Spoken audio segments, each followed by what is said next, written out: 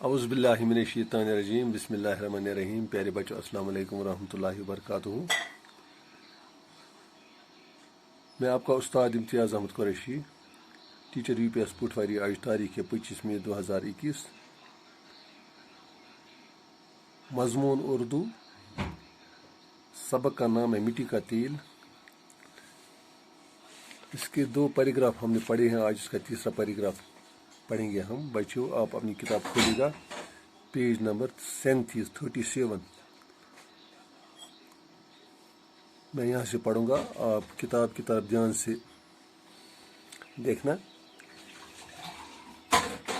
औज़ुबिल्लाहि मिनश्शैतानिर्रजीम बिस्मिल्लाहिर्रहमानिर्रहीम। तेल निकाले जाने के बाद मेरा जो मवाद बाकी रह जाता है वो काफ़ी गाढ़ा होता है। मेरी उस शक्ल को ग्रीस कहा जाता है। ग्रीस मशीनों के कुल पुर्जों को चिकना रखने के काम आता है। इसके बाद भी जो मवाद बाकी रहता है उससे तारकोल कहते हैं। आप जिन साफ सुथरी और पख्ता सड़कों पर पैदल चलते हैं या गाड़ियों में सफ़र करते हैं, उन पर तारकोल बिछा होता है। तारकोल को रेत और बजरी के साथ मिलाकर सड़कों की तामीर के काम में लाया जाता है। तो इसका तीसरा पैराग्राफ हमने पढ़ा है, मैं इसका मानी आपको बताऊंगा। जब पूरी तरह मेरी सफाई नहीं हो, जब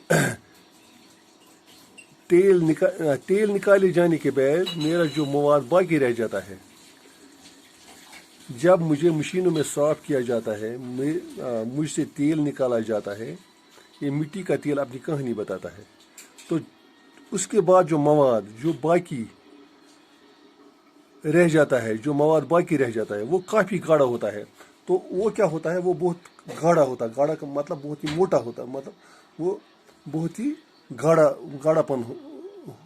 गाढ़ा होता है।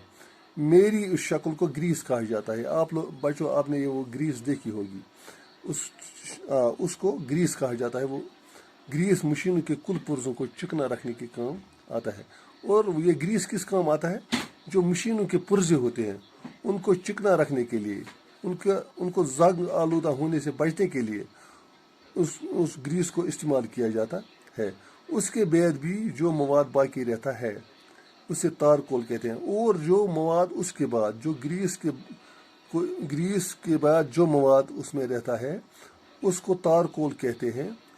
तारकोल बच्चों, आपने देखा है, आप जिन साफ सुथरी और पख्ता सड़कों पर पैदल चलते हैं, जिन साफ सुथरी और पैदल सड़कों पर हम चलते हैं, चाहे गाड़ियों में चलते हैं चाहे पैदल चलते हैं, तो इन पर तारकोल बिछा होता है। तो इन सड़कों पर क्या होता है, वो तारकोल बिछा हुआ होता है। तारकोल को रेत और बाजरी के साथ मिलाकर सड़कों की तामीर के काम में लाया जाता है। तो इस तारकोल को क्या किया जाता है, इसको बाजरी और रेत के साथ मिलाकर, तो फिर इसको क्या करते हैं, इसको गर्म करके सड़कों पर बिछाया जाता है।